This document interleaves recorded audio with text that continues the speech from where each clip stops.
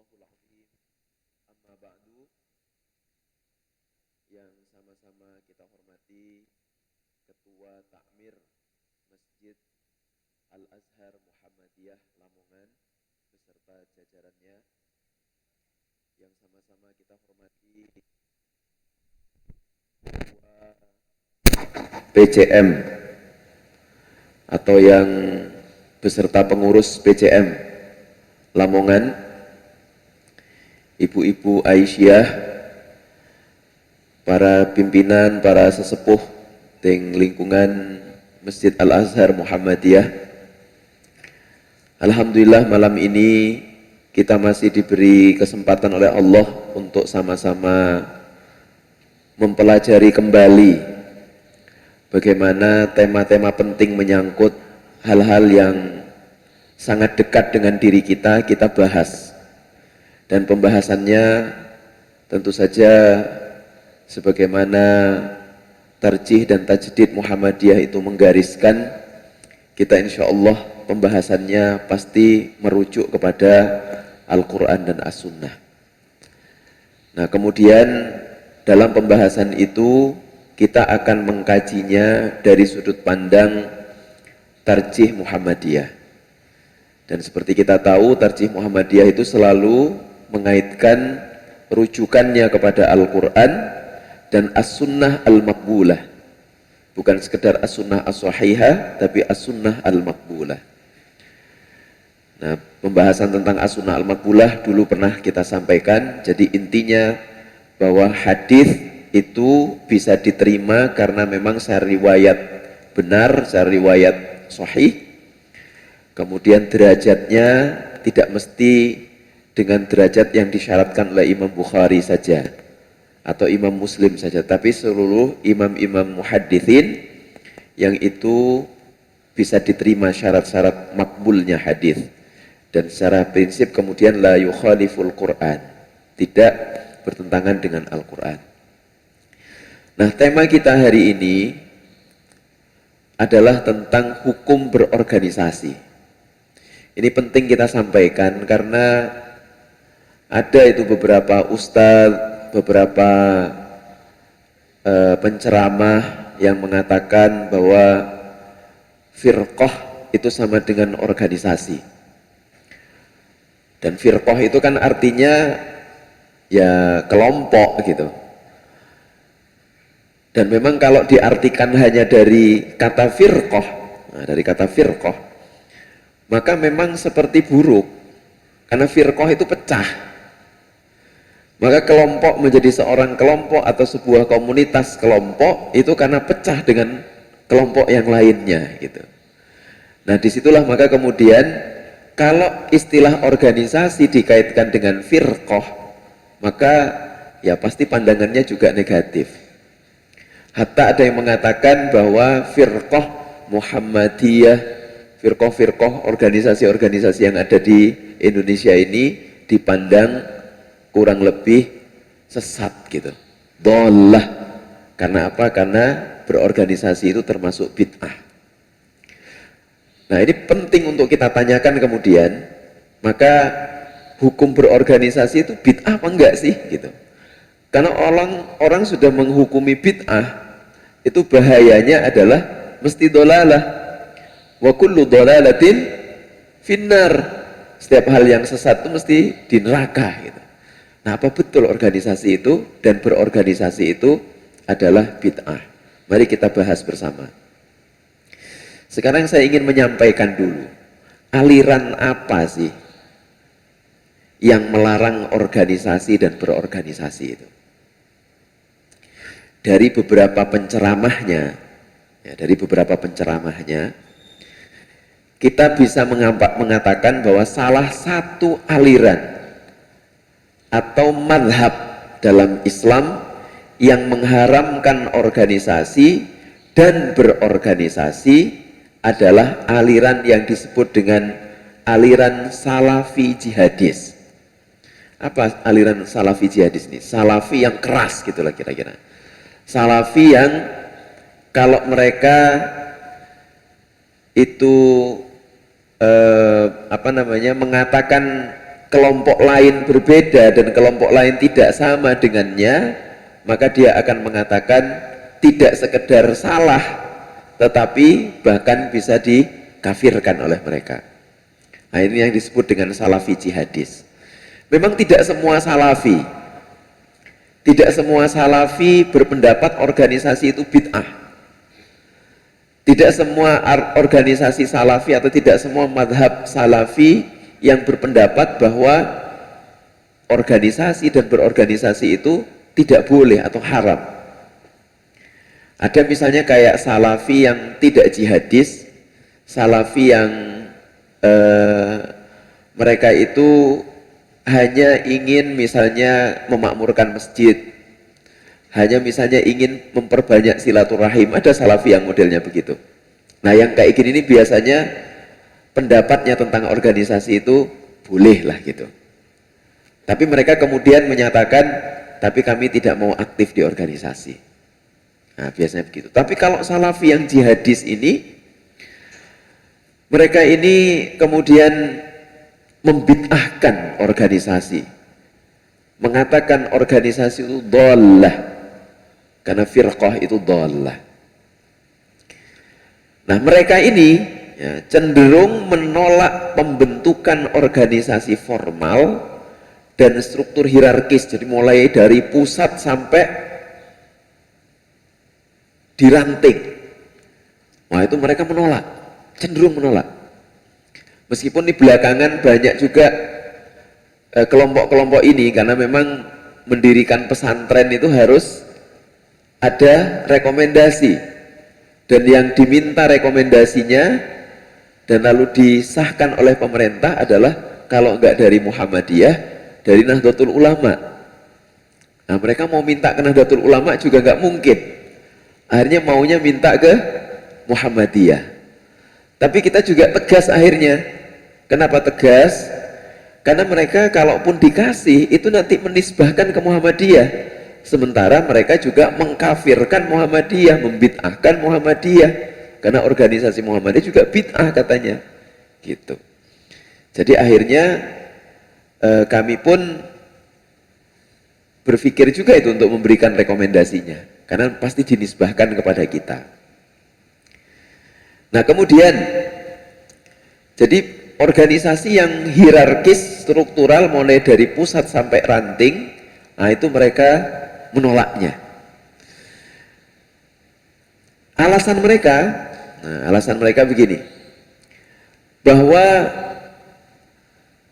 model organisasi seperti itu banyak mudorotnya, katanya gitu. Banyak mudorotnya.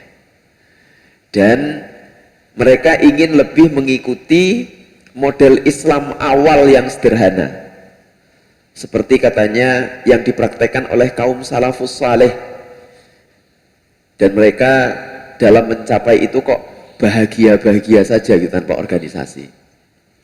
Sepertinya ini teman-teman salaf ini kurang membaca sejarah,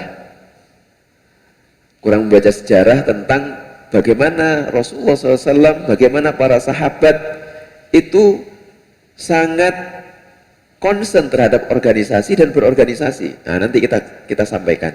Sekarang ini apa alasan-alasan mereka? Kita supaya fair, supaya kenapa mereka melarang organisasi dan organisasi.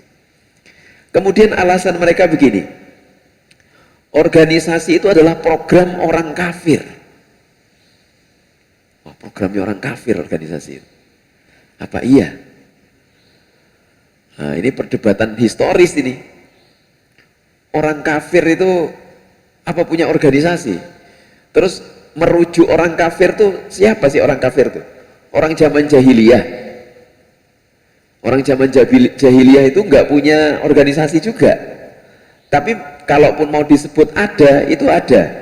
Mereka kan punya ruang pertemuan itu.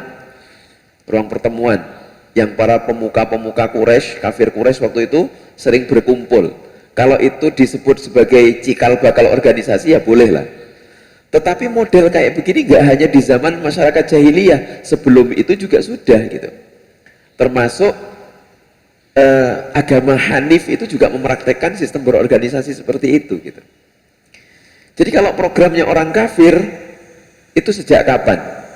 Tapi sebutlah pendapat ini benar, maka ini yang dijadikan dalil oleh mereka, bahwa kata mereka organisasi itu karena programnya orang kafir, maka menyerupai orang kafir adalah hukumnya haram. Karena apa? Karena katanya man tasyabbaha biqaumin fahuwa minhum. Barang siapa yang menyerupai suatu kaum, maka itu termasuk dari kalangan mereka. Nah, seperti itu. Baik. Kemudian berikutnya, dalam pandangan mereka, organisasi dan berorganisasi bisa menjadi penyimpangan dari kebenaran agama. Ini yang sering ditekankan begini. Kalau pemilihan organisasi, itu kan yang sekarang ini, itu harus pakai surat menyurat, didokumentasikan di Muhammadiyah ya. Di Muhammadiyah itu seseorang untuk dicalonkan menjadi satu pimpinan di level tertentu harus mendapatkan dukungan dengan surat resmi begini, surat resmi begini. Ini katanya mudarat. Loh, kenapa tidak dipakai dalil misalnya idza tadayantum bidainin faktubuh? Kalau kamu bertransaksi, maka tulislah. Loh, transaksi itu kan nggak sekedar utang. Transaksi itu bisa apa saja. Maka transaksi itu termasuk dalam organisasi, kita bertransaksi. Membangun akad, membangun perjanjian, membangun komitmen berorganisasi. Jadi penyimpangannya di mana itu? Nah, tetapi mereka menganggap menyimpang karena itu terlalu ribet gitu. Nah, memang nggak mau ribet mungkin. Nah, karena nggak mau ribet terus disebut menyimpang dari kebenaran agama. Nah, mereka juga memiliki pandangan yang ragu atau skeptis terhadap partisipasi dalam organisasi yang dianggap tidak sesuai dengan prinsip-prinsip Islam yang mereka anut. Jadi mereka ini memang nggak mau berorganisasi. Tapi apakah mereka ada pemimpinnya? Ada ya. Bagaimana cara milih pemimpinnya? Ya dipilih lah gitu. Nah, itu kan berorganisasi sebenarnya. Jadi berorganisasi itu kalau nggak sama mereka itu dianggap bid'ah. Nah, kalau beda sama mereka dianggap salah gitu. Jadi semuanya harus sama kayak mereka. Nah, ini kan problem sebenarnya. Kemudian berikutnya, mereka mungkin mengharamkan atau menyarankan untuk menjauhi organisasi-organisasi yang dianggap menyimpang dari ajaran agama mereka. Maksudnya ini dari pemahaman agama mereka. Pemahaman agama mereka itu kan seperti tadi, organisasi dari barat. Apa iya organisasi dari barat? Nah, ini perlu didiskusikan. Apa betul organisasi itu program non-muslim? Itu juga perlu kita diskusikan gitu. Baik, tapi intinya mereka melarang, alasannya itulah kira-kira, dalil-dalilnya itu. Nah, tetapi Bapak Ibu sekalian, mari kita sekarang cek, apa betul organisasi dan berorganisasi itu bukan ajaran Islam? Nah, kalau kita belajar sejarah, nah ini kita pelajari sejarahnya dulu. Organisasi itu adalah ajaran Nabi dan juga ajaran sahabat. Apa buktinya? Ini salah satu bukti. Prinsip dan peristiwa perjanjian Rasulullah SAW dan masyarakat Madinah yang ditulis dalam Piagam Madinah adalah rumus organisasi dan berorganisasi. Di situ banyak suku, Pak. Di setiap suku itu ada pemimpinnya, ada pemimpin kabilah. Terus mereka mewakilkan dirinya untuk melakukan perjanjian dengan Muhammad Rasulullah. Tapi mereka tidak mau menyebut Muhammad Rasulullah, mereka kemudian menyebutnya Muhammad bin Abdullah. Tetapi itulah cikal bakal Piagam Madinah, yang di dalamnya kemudian terstruktur organisasi. Apa itu? Pemimpin masyarakat Madinah adalah Rasulullah. Kabilah-kabilah itu adalah wakilnya. Kalau ada persoalan, Rasulullah akan mengundang mereka, lalu mereka berembuk, bermusyawarah. Keputusannya kemudian didokumentasikan dan itu menjadi pegangan. Dan siapa yang melanggar perjanjian ini, maka akan diadili. Tapi pengadilannya tidak langsung serta-merta diadili, tetapi kemudian dipanggil dulu, diminta apa keterangannya, apa masalahnya.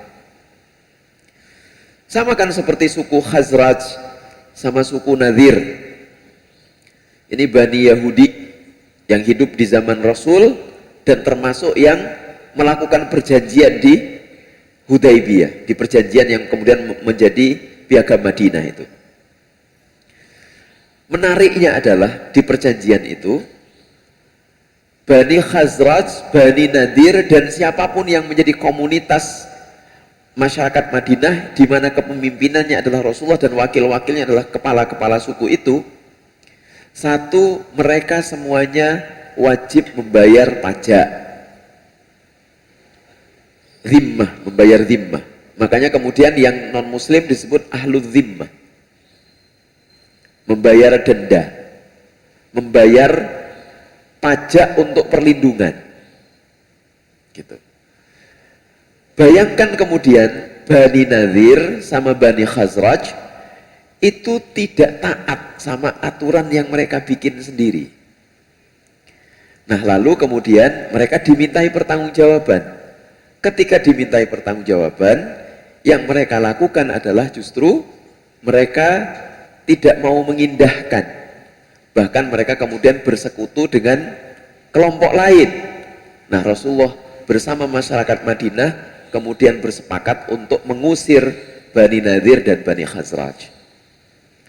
Nah, jadi Piagam Madinah yang di dalamnya isinya adalah kita harus bekerja sama membangun Madinah, lindungi orang lemah, lindungi perempuan, bekerja samalah untuk membangun Madinah.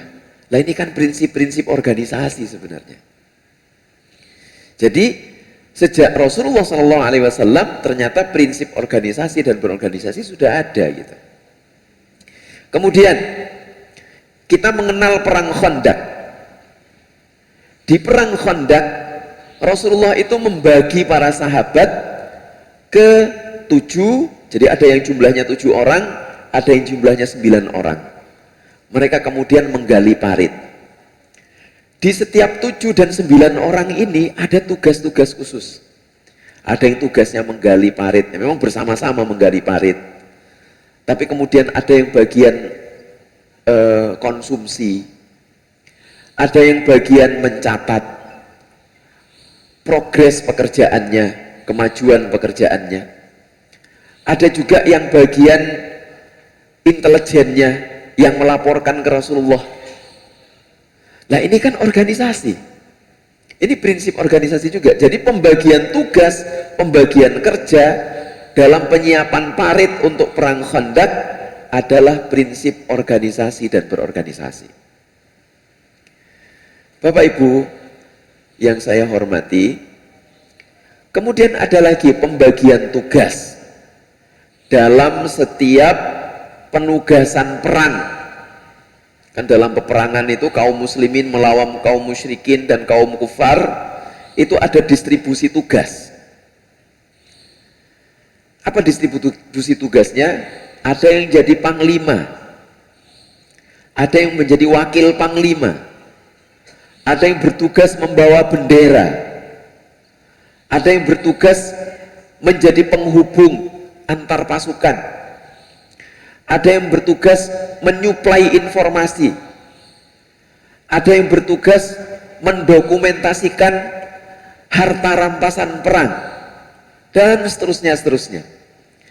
Nah, ini kalau mau fair, mau jujur kita mengakui, itu semua adalah distribusi tugas yang merupakan cikal bakal dari prinsip organisasi dan berorganisasi. Di organisasi ada humas, yang tugasnya humas. Ada yang jadi ketuanya pasti. Ada yang menjadi sekretarisnya. Ada yang menjadi bagian kaderisasi. Ada yang bagian menyuplai informasi. Ada yang bagian konsumsi. Nah, ini semuanya adalah prinsip-prinsip distribusi tugas dalam organisasi. Karena itu Saya berani mengatakan bahwa organisasi dan berorganisasi itu adalah salah satu ajaran Nabi dan ajaran sahabat. Baik, sekarang kita bertanya, pasti dalilnya apa ini dalilnya ini? Kan gitu. Tadi sudah dalil sejarah. Yang tadi dalil sejarah. Dalil sejarah itu dalil fakta. Kalau dalam bahasa hadisnya itu hadis sifat itu sudah. Dan juga hadis a'mal. Hadis a'mal itu tinggi derajatnya. Kenapa tinggi derajatnya? Karena nggak bisa dibantah. Makanya misalnya kayak hadis a'mal, shallu kama ra'aitumuni usolli, itu hadis a'mal. Itu nggak bisa dibantah. Maka misalnya kita nggak bisa sholat sembarangan, gitu misalnya. Jadi itu dari dalil fakta, dalil sejarah yang memang dipraktekkan. Kita bisa cek di kitab-kitab sejarah. Ada As-Sirah An-Nabawiyah, kemudian ada At-Tarikh Al-Islami, ada Ibnu Ishaq, ada Ibnu Katsir, ada Ibnu Hisham. Ini sejarawan-sejarawan muslim yang judul bukunya itu sama, At-Tarikh Al-Islami, mulai semenjak Rasulullah sebelum diangkat menjadi nabi sampai menjadi nabi. Di situ lengkap itu, bagaimana Rasulullah melakukan pembagian tugas, bagaimana Rasulullah ketika mau berangkat hijrah dia mengusulkan supaya Ali yang tidur di situ. Nah, ini kan pembagian tugas. Itu semuanya adalah prinsip-prinsip organisasi. Nah, tetapi kita perlu dalil memang. Dalil dari dalil nakli. Dalil nakli itu yang berasal dari Al-Quran dan juga As-Sunnah. Bagaimana dalil naklinya? Di surah Ali Imran 104 dan 110 itu ada kata umat. Nah, umat ini kan komunitas. Umat ini masyarakat. Di dalam masyarakat pasti ada kepala masyarakatnya. Ada kepala suku. Ada ketua kabilah. Umat ini kalau merujuk kepada tafsir-tafsir, umat ini ada dua maknanya. Ada umat yang dimaksud di sini adalah umat Islam, umat beriman. Terus ada lagi umat di dalam Al-Quran itu yang merujuk kepada umat Nabi terdahulu dan komunitas bangsa terdahulu. Nah, umat Islam yang di Ali Imran 104 dan 110 ini menegaskan tentang tadi bahwa umat itu di masing-masing komunitasnya ada qabilah dan qabilahnya itu ada ketuanya. Rasulullah Shallallahu Alaihi Wasallam itu paham betul bagaimana qabilah-qabilah itu harus diorganisir, bagaimana qabilah-qabilah itu harus dimanage. Maka dalam bahasa Arab itu ada kata adara yudiru, maka ada mudir. Mudir itu bahasa Inggrisnya director. Mudir Ma'hadil Mizan Al-Muhammadiyah misalnya, pengasuh atau direktur pondok pesantren Al-Mizan Muhammadiyah. Tugas direktur itu adalah mendirect, mengarahkan. Itu tugas direktur. Nah, kemudian seorang direktur itu juga bisa menjadi qaid. Qaid itu artinya panglima, bukan qaid bahasa Indonesia nggih. Qaid, qada, aqada yani qada yaqidu qaidan, isim fa'ilnya qaidun. Qaidun itu artinya panglima. Kalau direktur mengarahkan dari meja, dia punya kebijakan-kebijakan, dia punya visi, dia punya pikiran.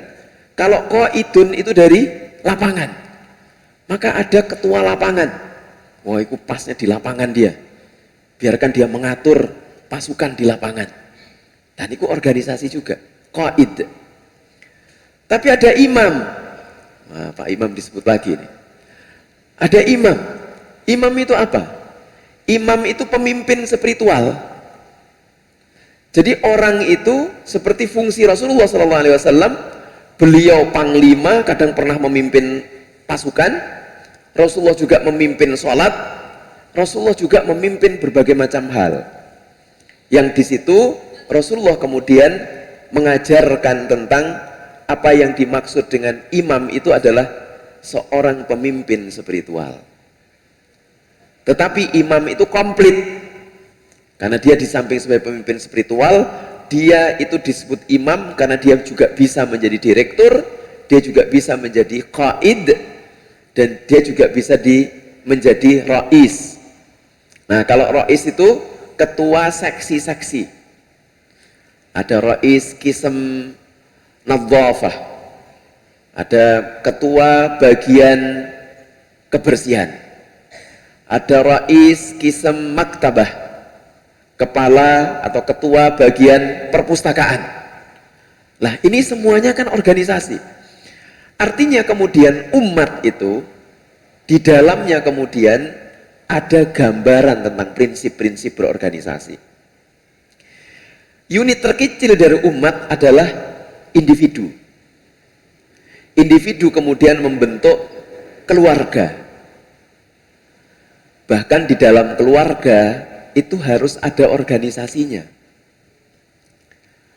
Kepala organisasinya namanya suami. Coba itu nggak ada kepala keluarganya. Atau ada suami, ada istri, tetapi tidak berfungsi organisasinya. Apa yang terjadi? Oh, nggak ada yang taat itu. Nggak ada ketaatan. Kalau apa arep taat neng kepala? Nggak ada organisasi di sini. Organisasi bid'ah, katanya begitu. Akhirnya di unit keluarga pun nggak ada prinsip organisasi.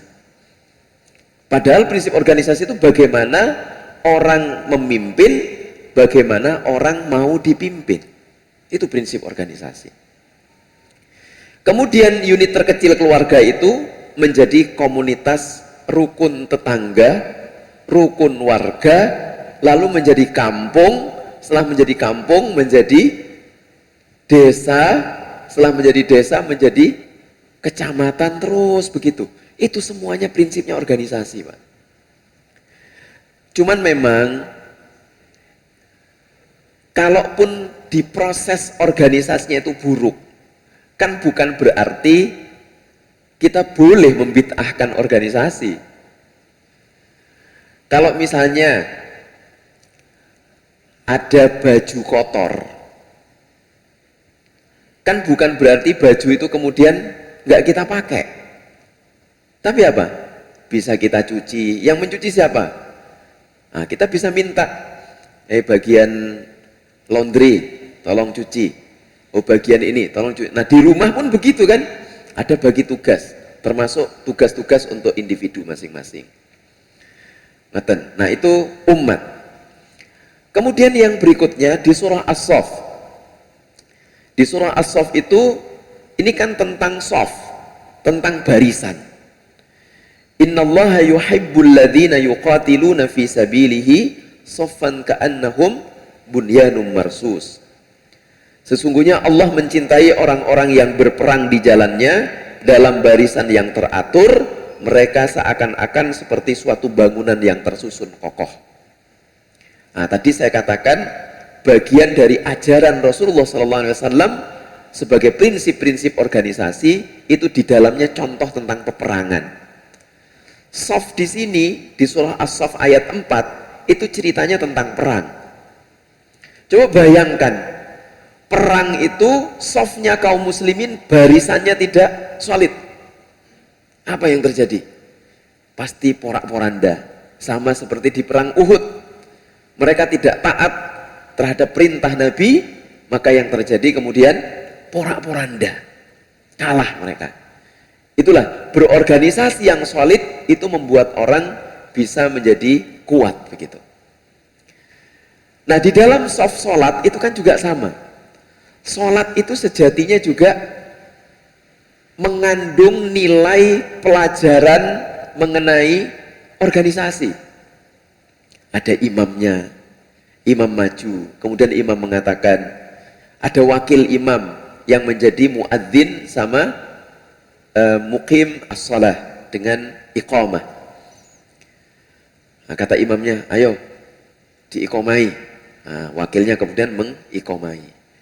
Imam maju ke depan, lalu imam mengatakan, sawwu sufufakum, istaqimu wa'tadilu. Luruskan, rapatkan. Tapi jangan diganti dengan rebonding gitu ya, jangan ya. Rebonding itu beda lagi nanti.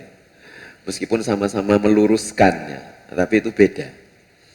Jadi Bapak Ibu sekalian, soft itu diluruskan. Karena prinsip organisasi itu lurus. Lurus itu artinya barisannya rapi. Kalau dalam organisasi ada dokumen, dokumennya rapi. Enak kan kalau ada datanya. Data di masjid ini apa saja ya, ada dokumennya. Oh enak itu. Diminta datanya, mana datanya? Disebutkan. Jumlah jamaah di sini berapa? Oh ini datanya ada. Jumlah ustadz dan ustadzah di Masjid Al-Azhar ini berapa? Oh ini datanya ada. Jadi enak kalau rapi itu. Jadi rapi itu bukan sekedar baris berbaris gitu, bukan. Tetapi rapi dalam segala aspek di organisasi itu. Rapi datanya, rapi kepemimpinannya, rapi surat menyuratnya, rapi tentang bagaimana instruksi itu dibedakan. Ada rapat internal, ada rapat eksternal, semuanya dibedakan dengan baik.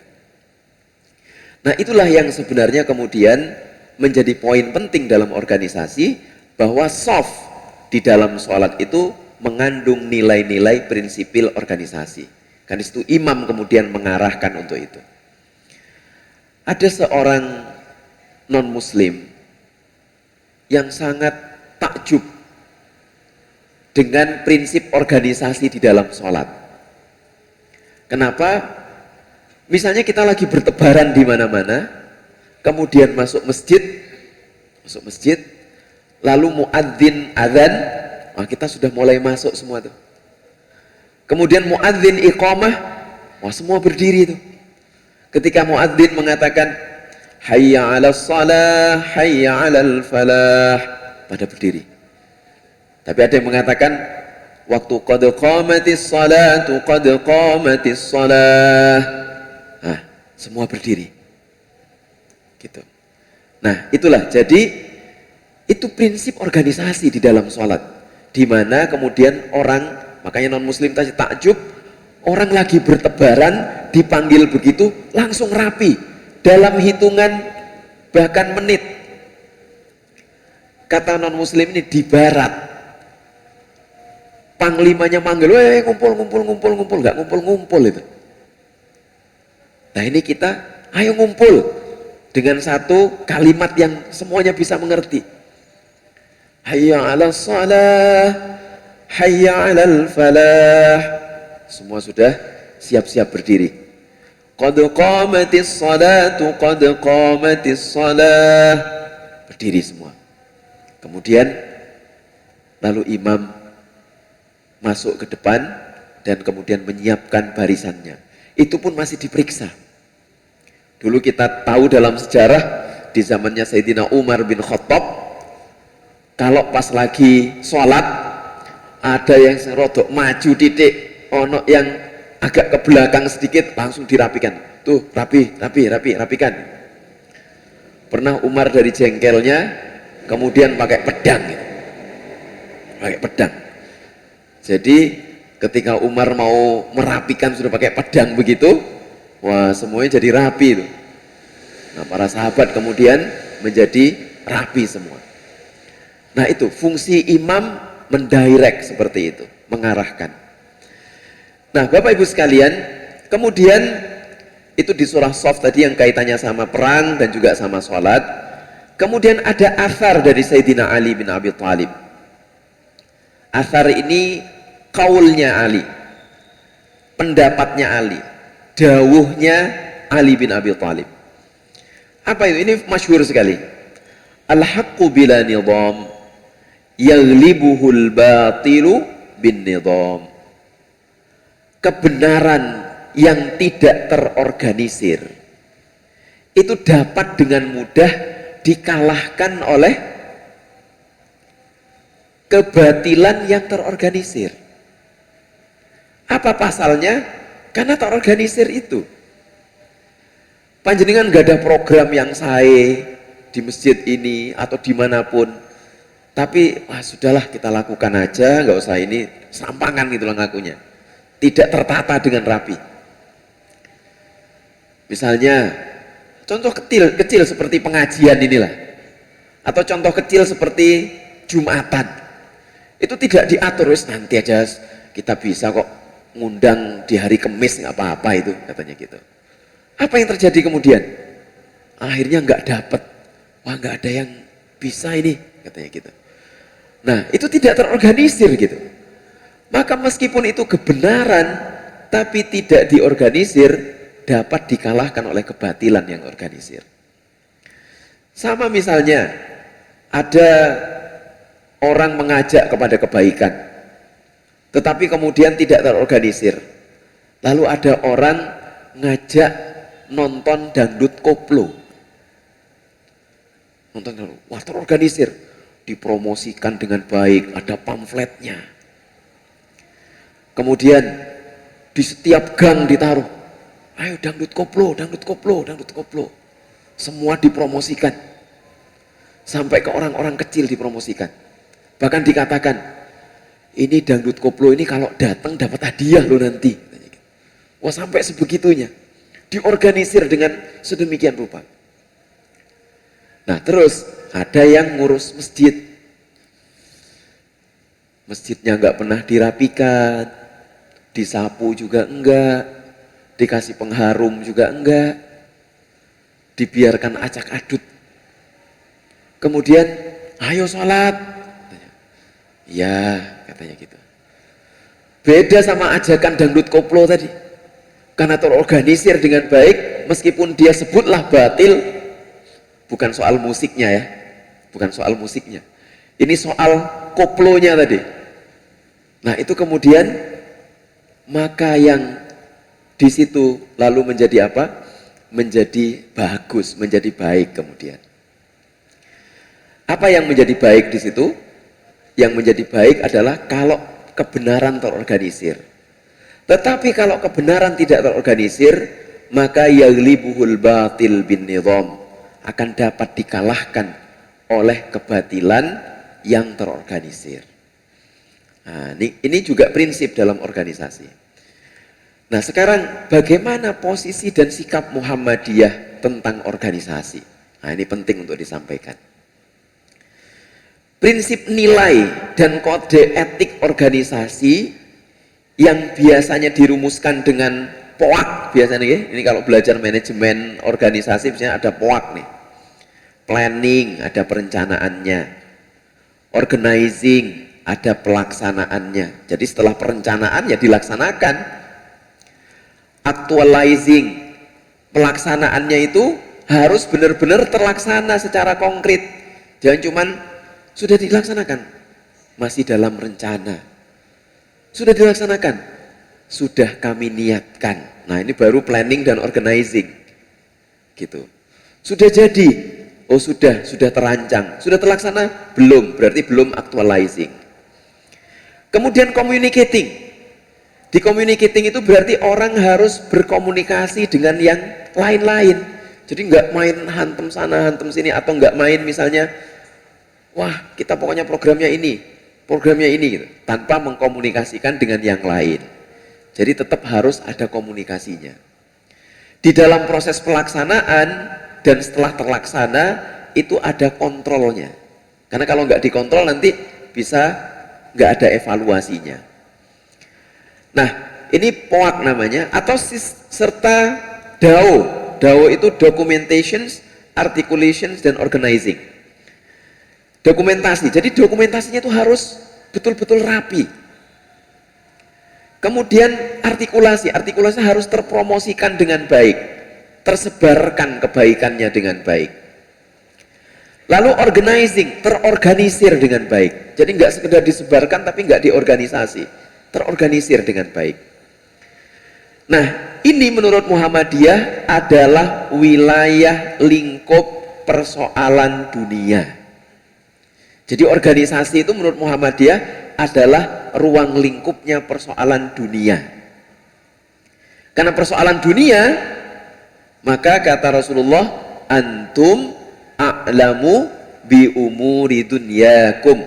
Kalian pasti lebih paham tentang persoalan duniawiyah kalian. Kalau nggak dibegitukan, Pak, kita semua akan diharamkan pakai handphone. Kalau urusan laptop ini bukan disebut urusan dunia, kita juga akan diharamkan pakai laptop. Kalau mobil, sepeda motor, sepeda ontel, itu semua dianggap tidak dipraktekkan di zaman Rasulullah SAW. Karena di zaman Rasulullah, kendaraan itu adanya cuman onta, sama kuda, sama keledai. Jadi kalau mau mengatakan semuanya itu bid'ah karena dimasukkan semua ke persoalan agama, maka nanti akan kelimpungan sendiri kita. Padahal ada ruang yang wilayah lingkupnya itu dunia.